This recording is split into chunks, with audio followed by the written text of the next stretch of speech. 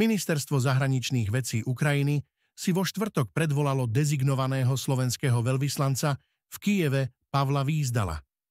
Námestník ukrajinského ministra Oleksandr Mišenko vyjadril hlboké sklamanie z toho, že premiér Fico v súčasnosti vystupuje ako hlásna trúba Kremľa a zanedbávaním povinností Slovenska ako člena Európskej únie sa uchyľuje k nelogickým krokom.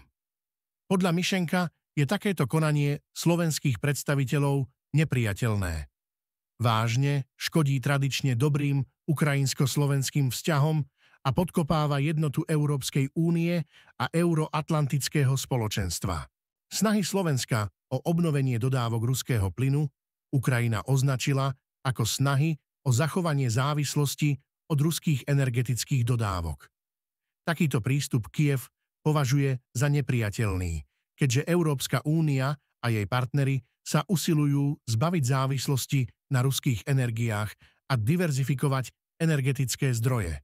Ukrajinské ministerstvo tiež tvrdí, že Slovensko v tejto otázke ignoruje argumenty a snahu Kyjeva Rusko pripraviť o prostriedky na financovanie teroru voči Ukrajine a ukrajinskému ľudu.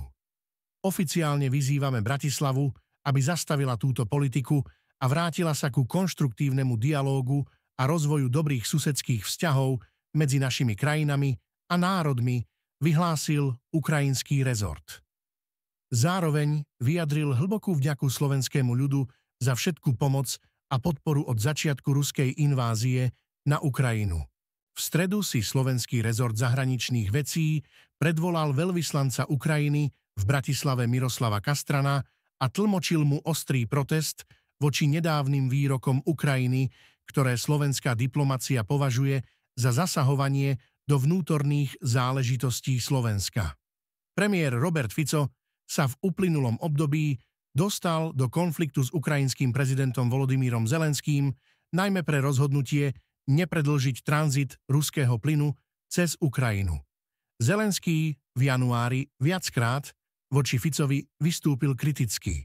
V utorok napríklad slovenskému premiérovi vyčítal, že si v súvislosti s plynom vyberá Rusko pred Spojenými štátmi a európskymi partnermi.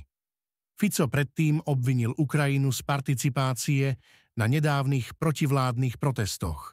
Jana Maškarová, ktorá je poverená výkonom dočasne neobsadenej funkcie prezidenta policajného zboru, v súvislosti s nedávnymi informáciami o údajnom štátnom prevrate vyhlásila, že cudzinecká polícia vyhostí jednu osobu s ukrajinským občianstvom. Budeme radi, ak sa zapojíte do diskusie v komentároch a vyjadríte svoj názor. Ak sa vám video páčilo, budeme radi, ak nás budete aj odoberať a sledovať ďalej. Politika denne.